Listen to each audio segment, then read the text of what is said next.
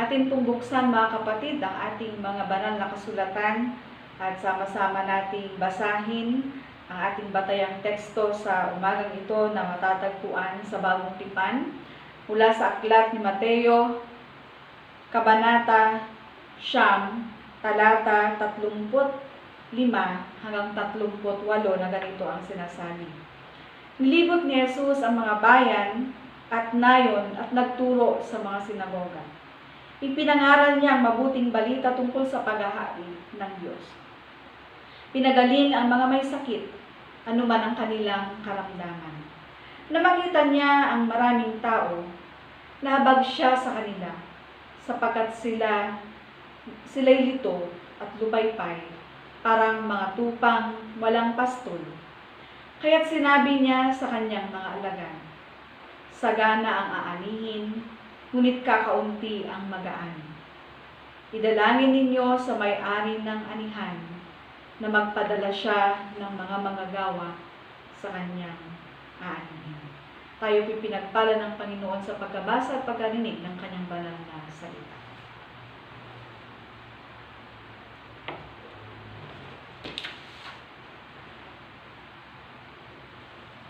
Atin po ngayon mga kapatid, ipinagdiriwang ang second Sunday after ng Pentecostes. Tayo po ay magbulay-bulay muli sa umagang ito at ang ating pagbubulay-bulay ay pinamagatan kong Jesus serves with compassion. Nakaubalian na po ni Jesus na kapag siya ay pumupunta sa mga tao na nagtitipon sa mga sinagoga, siya ay pumapasok upang mangaral, upang siya magpahayag ng mabuting balita patungkol sa paghahari ng Diyos. Hindi lamang ito ang kanyang ginawa, kundi dala niya ang mabuting balita na nagbibigay ng una, pag-asa, hope, pag-asa sa lahat ng mga taong nanlulupaypay. Kung ating pong mapapansin mga kapatid, sa mga kasunod na mga talata na binanggit, nakita niya ang maraming mga tao. Nahabag siya sa kanila nang makita niya sila. Sa panahon ni Jesus, napakarami po ang mga taong lupaypay. Marami ang mga hirap sa buhay. Hirap ang kalooban, hirap ang isipan, mga pagod ang kanilang kaisipan at katawan. At ganun din, dahil sa ito ay maraming sapin-sapin na mga dalahin nila sa kanilang mga buhay. Binigyan ni Jesus ng pag-asa ang mga tao sa pamamagitan ng kanyang pag-akay sa kanila. Sa kanilang buhay, na magkaroon sila ng layunin at direksyon. Naawa siya sa kanila sapagkat nakita niya yung mga tao na parang sila'y mga walang pastol, mga tupang ligaw na walang pastol, walang nagpapastol sa kanila, walang gumigiya sa kanila. Si Jesus ay siya'y mabuting pastol. Siya'y umaakay, siya'y tagapagbigay ng pangangailangan ng kanyang mga tupa. Nagbibigay ng tamang direksyon o landas ng buhay ng kanyang mga tupa. Naging sa ating panahon ngayon, mga kapatid, tayo ay nangangailangan ng isang mabuting pastol sa ating mga buhay. Pastol na nangangalaga at nagbibigay ng pag-asa sa mga taong lupaypay. At ganito ang ginagawa ng ating Panginoon, maging sa panahon ng pandemya na ating nararanasan. Sa bawat araw, patuloy niyang ipinadarama sa atin ang kanyang presensya, ang kanyang kahabagan, ang kanyang pag-sustain, pagpapanatili sa atin. Bagaman tayo ay maraming mga limitasyon ang ating mga pagkilos, maraming limitasyon yung ating mga dapat na gawin sa ating pang-araw-araw na buhay. Ngunit ang Panginoon hindi pinagkukulang ang bawat isa. Lagi niya tayong sinusustina, ang buhay na lagi niyang ibinibigay sa atin ay lagi nating nararanasan. Pangalawa po, yung healing na ibinigay niya sa mga tao. Kagalingan sa mga may sakit at mga may karamdaman. Si Jesus ay mayroong kapangyarihan na magpagaling ng mga taong mayroong karamdaman. ang makapagpagaling sa kanilang mga sakit, ang hinahanap ng mga tao sa panahong iyon. Kaya sinusundan siya ng maraming tao dahil alam nila na si Jesus ay nakakapagpagaling sa kanilang mga karamdaman. Makakapal na mga tao ang sumusunod sa Kanya. Ngunit para sa Kanya, ang sakit ay hindi lamang yung pisikal na katawan, kundi maging yung gutom, kawalan ng pantay na pagtingin sa kapwa, yung diskriminasyon na nararanasan ng mga tao, lalong higit yung mga taong nasa laylay ng lipunan, na hindi ka bahagi sa mas malawak na lipunan. Nandyan ang digmaan, bunga, mga bunga lamang at mga tanda ng mas malubhang mga sakit na nakaugat sa puso ng tao. Ito yung tinatawag na pagkakasala ng tao. Maaring sapat na patuloy na paggawa at pagkakaisa ng lahat ng mga taong mabubuti ang kalooban para maremedyohan ang ilan sa ating mga suliranin sa buhay, ang kasawiang palad ng mga tao. Ngunit iisa lamang ang paraan para mapuksa ang kasamaan sa pinakaugat nito. Ito ay upang ibalik ang tao sa kanyang dignidad bilang anak ng Diyos. Nangangailangan ito ng personal na pagbabago na nagmumula sa ating Panginoon. Sa pagpapala niya, sa pamamagitan ng kanyang banal na espiritu, nakikilos sa bawat isa upang tayo ay baguhin. Katulad po sa ating kapanahunan ngayon, laganap po ang iba't ibang mga ideolohiya, mga doktrina na maaaring nagsusulong ng pagkagalit o pagkamuhi sa kapwa, paghihiganti, karahasan at mga digmaan. Ang mga ganitong karanasan sa daigdig ngayon ay laganap, mga kapatid. Marami ang kasamaan sa ating sandaigdigan. Nandiyan din ang pagruyurak ng karapatang pangtao, dignidad ng tao, pananamantala, kawalan ng tunay na pagmamalasakit at pag-ibig sa kapwa, kawalang kahabagan. Nandiyan ang terorismo, nandiyan ang EJK, extrajudicial killing, pagkamkam ng mga ari-arian, hindi makataong pakikitungo sa kanyang kapwa, at sa ganitong diwa, mga kapatid, lalong higit na kinakailangang maisulong ang mensahe ng ating Panginoon. Mensaheng nagliligtas na pag-ibig ng ating Panginoon sa pamamagitan ni Jesucristo. Paano ba natin maisasagawa ang healing ministry ng ating Panginoon? Makidama tayo sa kalagayan ng ating kapwa ng mga naghihirap sa lahat ng aspeto ng kanilang mga buhay. Tulungan natin ang mga may sakit at mayroong makaramdaman, hindi lamang ng pisikal, kundi maging sa psikolohikal, espiritual na pangangailangan. Ang mga nakararanas ng mga hindi unfair na nagaganap sa kanilang mga buhay, na sana'y huwag silang mawalan ng pag-asa at umasa sila sa biyaya ng Diyos.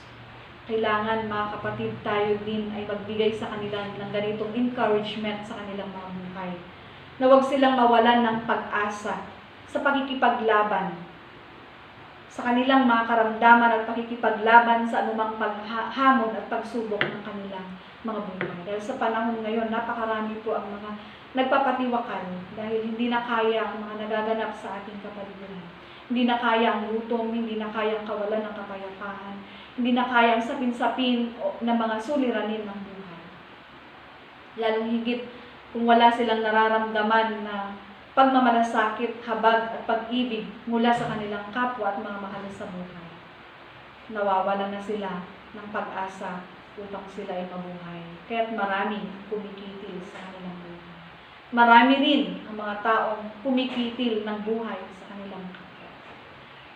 Maraming mga taong nagkakaroon ng karamdaman, bunga na matinding mga pag-alaala at pagkabalisa dahil sa kanilang mga pangangailangan at suliranin sa buhay. Matutulungan po natin sila mga kapatid kung tayo ay magiging instrumento ng pagpapatibay ng kanilang pananampalataya sa Panginoon na siyang tanging patnubay at patuloy na magbigay sa kanila ng katatagan sa bawat araw. Patuloy natin ipadama, ipakita sa kanila na may Diyos tayo na laging naririyan sa atin, gumagabay, pumapatnubay, at nagpapagaling sa lahat ng uri ng ating mga karamdaman. Kailangan nilang mapagaling yung kanilang mga nararamdaman, yung mga sugat na mayroon sila. Kailangang pagalingin ang kasalukuyang daigdig mula sa karamdaman nito. Napakaraming uri po ng sakit sa ating daigdig, mga kapatid. Hindi lamang limitado ang pagpapagaling sa mga sakit ng katawan natin, kundi gayon din naman sa individual na karamdaman na kagagawan ng ating kapwa o mga taong gumagawa ng kasamaan sa kanilang kapwa. Ang pangatlo po ay ang forgiveness o ang kapatawaran. Ang ating Panginoon, regardless sa kung anong race mayroon tayo, kung ano ang status natin sa lipunan, pinapatawad niya, nagtutuwid siya. Sa halip na siya'y magparusa, siya'y nagtutuwid ng buong pagmamahal. Kaya tayo, mga kapatid, bilang mga mananampalataya, marapat din na tayo'y magbigay ng kapatawaran sa ating kapwa. Upang malunasan ang anumang karamdaman din na mayroon tayo na nagpapahirap sa atin. At yung pang-apat po, panghuli, ito po yung buhay. Buhay na ipinagkaloob sa atin ng ating Panginoon. Binuo niya ang mga taong wasak ang kanilang puso, wasak ang kanilang mga buhay, wasak ang kanilang mga pagkatao. Mga taong itinakwil ng lipunan at walang lugar sa lipunan. Mga taong walang lugar sa kanilang pamilya o tinatakwil ang kanilang mga pamilya o tahanan. Siya'y nagbigay ng buhay, hindi pumatay. Sapagkat siya'y dumating sa ating kalagitnaan upang ibalik ang buhay na nawala sa atin. Buuin tayo ang ating pagkatao, ang ating buhay. Siya'y nagkaloob ng isang buhay na ganap at kasiyasiya noong ibinigay at inialay niya sa atin ang kanyang katawan, kanyang dugo at ang kanyang buong buhay. Katulad ni Jesus, kailangan din tayong manatiling mulat sa mga pangyayari sa ating paligid. At mula roon, makadarama tayo ng pagkahabag din na magtutulak sa atin upang gumawa ng mga praktikal na gawa ng paglilingkod o praktikal na gawa ng kahabagan natin sa ating kapwa. Kinakailangan makadama tayo ng kahabagang magtutulak sa atin na kumilos na abutan ng ating kapwa. Ano man yung pwede nating may pagkaloob sa ating kapwa. Maaring ito sa pamamagitan ng pagkain, pangailangan, sa mga pagkakasakit, o anumang bagay na pwede nating maipagkaloob. Maging instrumento sa mga kapatid na kanangailangan ng kagalingan sa kanilang mga lupang katawan na mayroong karamdaman. Instrumento upang sila'y makasumpong ng kapayapaan at kagalakan sa buhay, upang sila'y magkaroon ng courage na mabuhay. Lalo na sa panahon ngayon mga kapatid, na napakaraming mga taong nawawalan na ng ganang mabuhay. Ang ating Panginoong Hesus ay naglingkod, hindi lamang nakita ni Hesus ang kalagayan ng mga tao, kundi naroon ang kanyang pagkahabag. Naglingkod siya sa mga tao na mayroong kahabagan. Meron siyang compassion, hindi lamang basta pagkaawa o pagbibigay ng limos sa kanila, kundi gumawa siya ng hakbang upang lumikha ng panibagong buhay at pag-asa sa mga taong kinahahabagan niya. Kay Jesus, ang Diyos mismo ang bumaba para pagalingin ang sangkatauhan at bigyan ng panibagong pag-asa at buhay ng mga tao. At dahil magiging mahaba at matagal ang gawain ito, kailangan niya ng makakasama at makakatuwang na magsasagawa nito. Kaya tayo, bilang kanyang iglesia, tinawag, tinipon niya tayo at pinapahayo niya tayo upang gawin at isakatuparan ang kanyang utos sa atin at maging ang kanyang ministeryong ipinagkatiwala sa atin. Bilang mga tagasunod ng ating Panginoong Yesus, kailangan tayong matuto. Pagkatapos nating matuto, tayo rin ay mangaral. Tayo rin ay humayo upang maging pastol para sa iba. Maging kabahagi tayo nawa sa paghahari o pagtatatag ng kaharian ng ating Panginoong Diyos dito sa lupa. Hindi tayo dapat maging tagapasid lamang o tagapuna. Hindi tayo ay nakikibahagi, aktibong nakikibahagi sa pagtatatag ng kaharian ng Panginoon. Tayo'y kanyang tinipon bilang iglesia, tumanggap ng kanyang biyaya, ng kanyang pagmamahal. Iparanas natin ito sa ating mga kapatid. Napakabuti na tayo ay patuloy na tinitipon ng ating Panginoon upang gawing alagad niya at humayo at gawin ang ipinag-uutos niya sa atin. Marami ang aanihin, ngunit kakaunti ang mag-aani. Kaya tayo'y marapat na masumpungang tapat na saksi ng ating Panginoon hanggang sa katapusan ng mundo. Naway gawin po natin yung ministry ng ating Panginoon ng prophetic ministry, preaching and teaching, and healing ministry.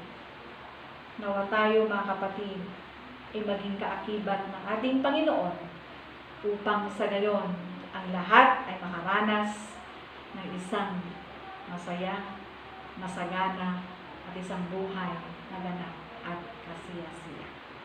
Nawa mga kapatid, sa bawat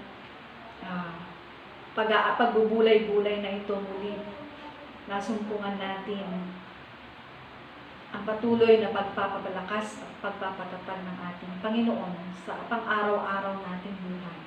Hindi madali ang ating mga nararanasan sa bawat araw, lalo higit ang pandemya na ating nararanasan. Maaari natin sabihin, kailangang mabuhay tayo na ito na yung ating dapat tanggapin. Ngunit naroon pa rin ang patuloy nating pag-iingat at paglapit sa ating Panginoon. Na matapos ang pandemyang ito, upang bumalik tayo sa normal na ating ginagawa sa ating buhay, sa ating paggawa, sa ating paglilingkod. Upang sa gayon, patuloy tayong magamit ng ating Panginoon sa paghahari niya dito sa lupa, gaya ng sa langit. Sa pangalan ng Ama, ng Anak, at ng Espiritu Santo. Amen.